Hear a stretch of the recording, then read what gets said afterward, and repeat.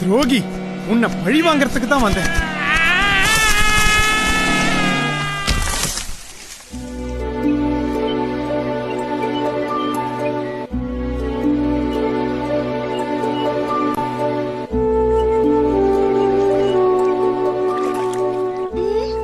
என்ன இது?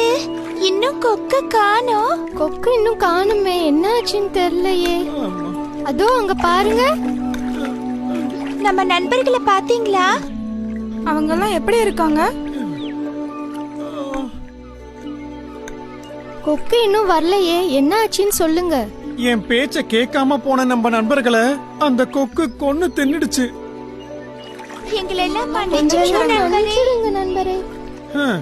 இனிமேலாவது நல்லா ஆராயாம யார்கிட்டயும் பழகாதீங்க.